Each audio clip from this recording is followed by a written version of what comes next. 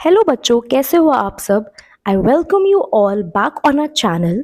तो बच्चों, आज का जो हमारा टॉपिक है वो हम ज्योग्राफी से उठाया हुआ है, जो कि है अर्थ्स एटमॉस्फेयर। बहुत ही ज़्यादा अच्छे से आप लोग अर्थ एटमॉस्फेयर के बारे में वाकिफ़ होंगे। तो कुछ एमसीक्यूज़ मैं आप लोगों के लिए लेके आई हूँ। तो चलिए बिना टाइम वेस्ट किए हम देखते हैं और उन्हें पढ़ते हैं। ठीक है, तो आइए। पहला क्वेश्चन है, which gas is released in the atmosphere creates a green house effect. तो इसके ऑप्शंस पढ़ने से पहले या फिर इसका आंसर बताने से पहले मैं आपको यहाँ पे एक छोटा सा एक्सप्लेनेशन देना चाहूंगी कि एक्चुअली में what is green house effect. So basically, greenhouse effect is the way in which heat is trapped close to the earth surface by greenhouse gases. Greenhouse gases की अगर हम कुछ बात करें तो जैसे carbon dioxide, methane, nitrous oxide, ये सारी कुछ इंपॉर्टेंट गैसेस हैं जिनकी वजह से ये प्रक्रिया होती है. मतलब ग्रीन हाउस इफेक्ट एक प्रोसेस है जिसके थ्रू, मतलब जो हमारा सोलर रेडिएशंस हैं, जो हमारे सन से जो हमारी एनर्जी आती है, उससे हमारी अर्थ का यही एटमॉस्फेयर ट्रैप करता है. और अगर बच्चों ऐसा नहीं होगा ना, तो जो हमारे अर्थ है वो लगभग -20 डिग्री सेल्सियस तक उसका एवरेज टेम्परेचर जा सकता है, पहुंच सकता है. ठीक है, ऐसा हो सकता है अगर ये एटमॉस्फेयर ना हो.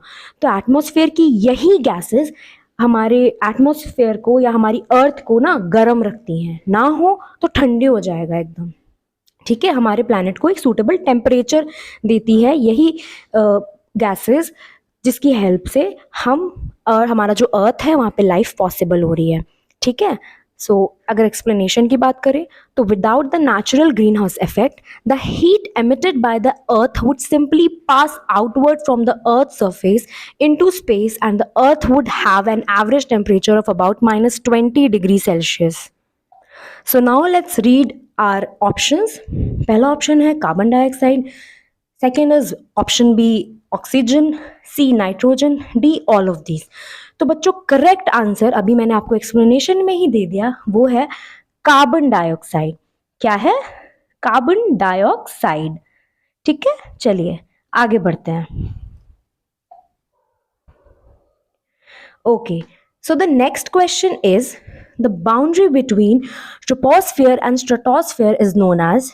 बहुत ही ईजी है, बट समझाने से पहले, बताने से पहले मैं थोड़ा सा आपको बता दूं कि कैसे हमारी 5 लेयर्स होती हैं. पहली लेयर होती है ट्रोपोस्फियर, दूसरी लेयर होती है स्ट्रेटोस्फियर, तीसरी होती है मेसोस्फियर, चौथी होती है थर्मोस्फियर और पांचवी होती है एक्सोस्फियर. ठीक है, कौन कौन सी लेयर बताई मैंने अभी आप लोगों को? पहली होती है ट्रोपोस्फियर, यहाँ पे मैं लिख देती हूँ ट्रोपोस्फियर. दूसरी होती है स्ट्रेटोस्फियर, तीसरी होती है मेसोस्फियर. ठीक है, और चौथी होती है थर्मोस्फियर, मैं यहां लिख दे रही हूं. एंड पांचवी होती है एक्सोस्फियर. ठीक है, समझ में तो आ ही गया है. पहला है troposphere, stratosphere, mesosphere, thermosphere and exosphere. तो ठीक है, क्वेश्चन क्या पूछा गया है? The boundary between troposphere and stratosphere. Boundary पूछ रहा है, इन दोनों के बीच की बाउंड्री को क्या बोलते हैं? तो आंसर होगा, बहुत ही ईजी है, ट्रोपोपॉज. ठीक है, ऑप्शन ए. चलिए, थर्ड क्वेश्चन है ozone whole is. Ozone hole क्या है? ऑप्शन पढ़ लेते हैं, फिर ये आंसर दे पाएंगे. पहला ऑप्शन है increase in the concentration of ozone, B है hole in the ozone layer, C है depletion of the ozone layer in the troposphere, D option D depletion of the ozone layer in the stratosphere. बहुत ही easy है. देखो देखो बच्चों, थोड़ा सा एक्सप्लेन कर देती हूँ. ओजोन होल्स जो होते हैं वो हमारी, देखो ओजोन एक लेयर है, एक परत है. कहाँ? स्ट्रेटोस्फियर में पाई जाती है. इसका क्या काम है? ये हमारे एटमॉस्फेयर में जो हमारी सन से सोलर रेडिएशन निकल रही हैं, उनमें बहुत सारी रेजेस होती हैं. ठीक है, X rays, gamma rays, UV rays, है ना, विजिबल लाइट, बहुत सारी रेज होती हैं. तो ओजोन जो लेयर है वो किससे बचाता है हमें? हमारी जो सन से अल्ट्रा वायलेट रेज आ रही हैं, यानी कि यूवी रेज, यूवी रेज से प्रोटेक्ट करता है. यूवी रेज से हमें ओजोन लेयर प्रोटेक्ट करता है. तो पूछ रहा है ओजोन होल क्या है? तो ओजोन होल मतलब इसी ओजोन लेयर में छेद हो जाते हैं. जिसकी वजह से ये हार्मफुल रेज हमारी पृथ्वी पे आ जाती हैं, ठीक है, जिसकी वजह से हम ह्यूमंस को या एनिमल्स को या लाइफ को बहुत नुकसान होता है। तो यही है ओजोन होल, मतलब ऑप्शन डी जो है वो आपका बिल्कुल सही होगा, ये वाला option D, depletion of the ozone layer in the stratosphere. ठीक है, चलिए फोर्थ क्वेश्चन है, the upper most layer of the atmosphere is known as. अभी मैं आपको पूरा एक्सप्लेनेशन दे चुकी हूँ कौन सी लेयर कहाँ होती है, क्या होती है ना, अभी बताया था ना मैंने, सबसे ऊपर ट्रोपोस्फेयर, फिर स्ट्रेटोस्फेयर, फिर मीजोस्फेयर, फिर थर्मोस्फेयर, फिर एक्सोस्फेयर। ठीक है, तो पूछ रहा है सबसे ऊपर की लेयर कौन सी है। बहुत आसान है ये तो बच्चों, ऑप्शन सबसे ऊपर की, यस, सबसे ऊपर की मतलब ऊपर, अपर में देखेंगे, नीचे से नहीं, ऊपर से। तो ट्रोपोस्फेयर और एक्सोस्फेयर में कंफ्यूज मत हो जाना, ट्रोपोस्फेयर सबसे नीचे की है, एक्सोस्फेयर सबसे ऊपर की है, तो option D will be the answer. Okay, I hope आपको क्लियर होता जा रहा होगा सब। चलिए नेक्स्ट क्वेश्चन पे आते हैं।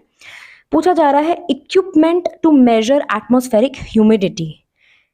कौन सा इक्विपमेंट होता है जो एटमॉस्फेरिक ह्यूमिडिटी को नापने में हमारी मदद करता है।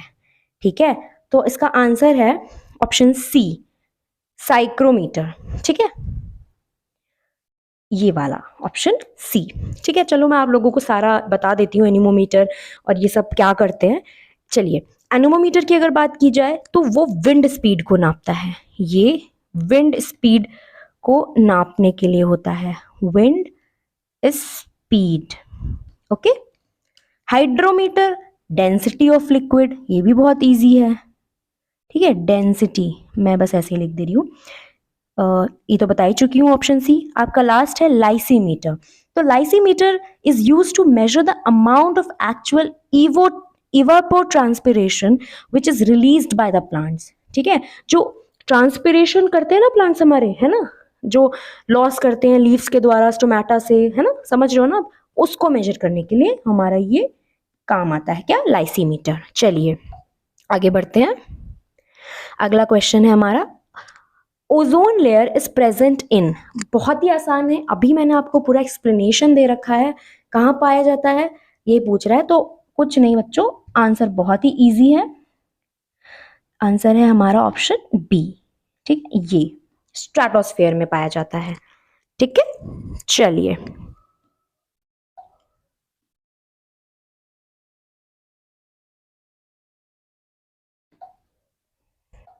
नेक्स्ट क्वेश्चन है, the main constituents of atmosphere. मतलब जो मेन हमारा एटमॉस्फेयर में जिन जिन गैसेस से बना है ना, उसमें सबसे ज्यादा मात्रा में कौन है, यही इस क्वेश्चन का मतलब है। चलिए आइए पढ़ते हैं option. Option A nitrogen oxygen, option B carbon dioxide and nitrogen, option C carbon monoxide and carbon dioxide, option D ozone and sulphur dioxide. जो बच्चों बहुत ही आसान है, नाइट्रोजन 78% है, ऑक्सीजन 21% है, तो बिना कुछ ज़्यादा सोचे ही हमें पता है कि हमारा ये ऑप्शन ए सही है, दिस ऑप्शन ए। ठीक है, नाइट्रोजन जो है वो हमारा कुछ 78% है, ऑक्सीजन जो है हमारा वो कुछ 21% है। ठीक, बहुत ही आसान था। चलिए आगे बढ़ते हैं। Okay, the nearest atmospheric layer to the earth surface. बहुत ही आसान है, अभी मैंने आपको समझाया था, चलिए एक बार फिर से बता ही देती हूँ।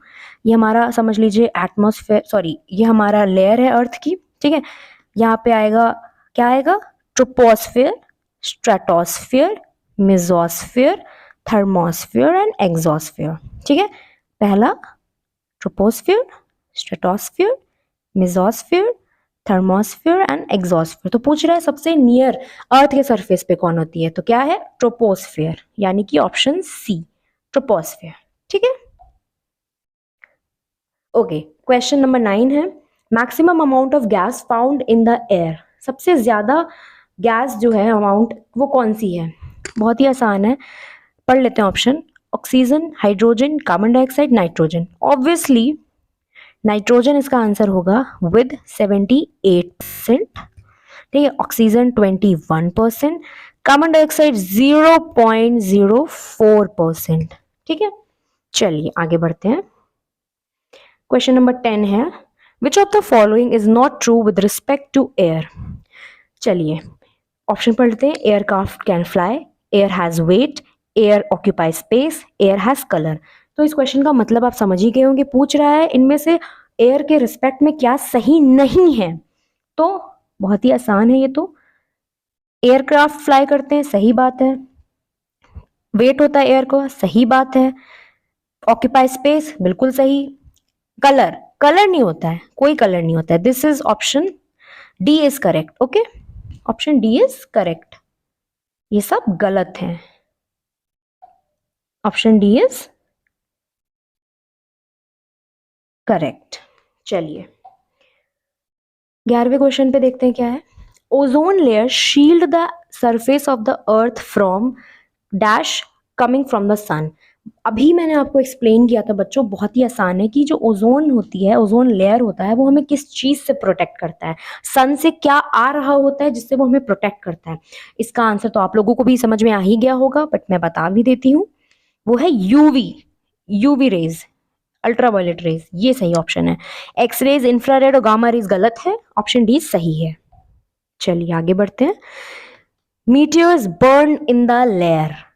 ओके, सो मीटियर्स जो होते हैं वो बर्न कौन सी लेयर में करते हैं, ये बताना है हमें। ऑप्शन पढ़ लेते हैं। Stratosphere, mesosphere, ionosphere, troposphere. Here the correct answer will be mesosphere. Why? Because meteors burn due to the friction of Earth's atmosphere in mesosphere. Mesosphere में फ्रिक्शन होता है जिसकी हेल्प से मीटियर्स बर्न हो जाते हैं। And one more important point, the temperature in the mesosphere drops at height increases. जैसे जैसे हाइट बढ़ती है मेसोस्फीयर में टेम्परेचर होता है वो ड्रॉप करता जाता है। ठीक है, चलो अब हम नेक्स्ट क्वेश्चन देख लेते हैं क्या है। Air pressure is measured using which of the following device. ये भी बड़ा आसान सा क्वेश्चन है। एयर प्रेशर जो होता है वो कैसे, किससे नापा जाता है? ठीक है, option A thermometer, option B compass, option C solenoid, option D barometer. तो आंसर होगा बैरोमीटर। ठीक, चलिए आगे बढ़ते हैं। 14 है, the dash lies above the mesopause and is a region in which temperatures increases with height. ठीक है, पढ़ते हैं option. Stratosphere, exosphere, thermosphere, troposphere. Answer है वो होगा हमारा थर्मोस्फेयर। थर्मोस्फेयर में क्या होता है ना, एक हाईली इनर्जेटिक सोलर रेडिएशंस होते हैं जिसकी वजह से वहाँ का टेम्परेचर इंक्रीज होता है। हाईली इनर्जेटिक सोलर रेडिएशंस की वजह से थर्मोस्फियर में टेम्परेचर हमेशा इंक्रीज होता है। ठीक है, चलो आगे बढ़ते हैं। अच्छा, मैं इसका एक आंसर टिक कर देती हूँ। Option C thermosphere, this. Okay, 15th question है, which atmospheric layer contains ions and helps in wireless communication. ठीक है, वायरलेस कम्युनिकेशन में कौन सा एटमॉस्फेरिक लेयर हमें हेल्प करता है? तो इस ऑप्शन पढ़ लेते हैं पहले। पहला है मेसोस्फेयर, थर्मोस्फेयर, ट्रोपोस्फेयर, स्ट्रेटोस्फेयर। बहुत ही आसान है, ऑप्शन बी होगा थर्मोस्फेयर। क्यों? क्योंकि मैंने अभी बताया यहाँ पे आयंस होते हैं जिनकी help solar radiation, highly energetic solar radiation, जिसकी हेल्प से हम ये वायरलेस कम्युनिकेशन कर सकते हैं। ठीक है, तो क्या बताया मैंने अभी? ऑप्शन बी सही होगा। ठीक है, चलो आगे बढ़ते हैं। 16 पे आ जाएंगे तो okay. The dash part of the earth atmosphere contains about 70% of the total air in the atmosphere. पूछ रहा है अर्थ का जो एटमॉस्फेयर है, मतलब वो जो पूरा 70% जो टोटल एयर है एटमॉस्फेयर की, वो कहाँ पे पाई जाती है? इजी है, पढ़ते हैं। पहला ऑप्शन है स्ट्रेटोस्फेयर, दूसरा है मेसोस्फेयर, तीसरा है थर्मोस्फेयर, चौथा है ट्रोपोस्फेयर। तो कुछ नहीं बच्चों, हमें पता ही है ट्रोपोस्फेयर में होती है, यानी कि ऑप्शन डी। ठीक, ऑप्शन डी। चलिए आगे बढ़ते हैं। 17th पे आते हैं। In which layer of the atmosphere almost all clouds are form. बहुत ही आसान है, सारे क्लाउड्स जो होते हैं वो कौन सी लेयर में पाए जाते हैं देख लेते हैं। Stratosphere, thermosphere, mesosphere, troposphere. Option D सही होगा। ठीक है, यहीं पे पाए जाते हैं। 18 पे आते हैं। Ozone depletion is greatest near. अच्छा, ओजोन लेयर की बात कर रहे हैं, डिप्लीशन की बात कर रहे हैं, तो मैं आपको बता दूं सबसे बड़ा ओजोन जो होल है वो कहाँ है? अंटार्कटिका पे पाया गया है, यानी कि पोल्स पे, सबसे ज्यादा पोल्स पे है। ठीक, चलिए, मतलब यहीं पे अगर चेक करें तो पूरे वर्ल्ड में, पूरे अर्थ पे सबसे ज्यादा यूवी रेस कहाँ आ रही हैं? पोल्स पे आती हैं। क्यों? क्योंकि वहां पे ओजोन डिप्लीशन सबसे ज्यादा है, वहीं पे सबसे बड़ा एक होल हो चुका है। ठीक है, हमारे साइंटिस्ट ने ये अभी बहुत टाइम पहले खोज लिया था, बहुत टाइम नहीं हुआ है, सॉरी, 19th सेंचुरी में ही पता चला था। ओके, चलिए आगे बढ़ते हैं। 19th क्वेश्चन है, which is the second most abundant gas in the earth atmosphere? Second most पूछ रहा है। पहला बताया था मैंने, नाइट्रोजन। दूसरा है oxygen with 21%, 21%। Okay, B is the right option. Okay, तो बढ़ते हैं अब आगे हमारे आज के लास्ट क्वेश्चन पे। ठीक है, ध्यान दीजिएगा। Which is the atmosphere warmest layer? ये भी पूरे मेरे टॉपिक से रिलेट कर रहा है। जैसे सबसे गर्म कौन सा होगा? जहाँ पे आयनाइजेशन, जहाँ पे सोलर रेडिएशन जो था, हाईली एनर्जेटिक सोलर रेडिएशन जो था, याद आया कुछ? वही होगा। तो इसका ऑप्शन पढ़ लेते हैं पहले। Thermosphere, troposphere, stratosphere, mesosphere. तो बेटा ऑप्शन ए सही होगा। ठीक है, थर्मोस्फियर। आई होप आपको आज की मेरी ये क्लास, ये मेरे टॉपिक जो मैंने चूज़ किया था, जो 20 क्वेश्चंस मैंने बताया आपको, आपको कहीं ना कहीं हेल्पफुल होंगे। आपके एग्जाम्स में कहीं ना कहीं ज़रूर पूछे जाएंगे। ठीक है, तो आज का ये वीडियो यहीं पे ख़त्म होता है। अगर आपको ये वीडियो अच्छा लगा हो तो प्लीज़ इसे लाइक करिए, चैनल पर नए हैं तो सब्सक्राइब करिए। मिलते हैं ऐसे किसी नए एक वीडियो में, तब तक के लिए अपना ध्यान रखिए। Thank you.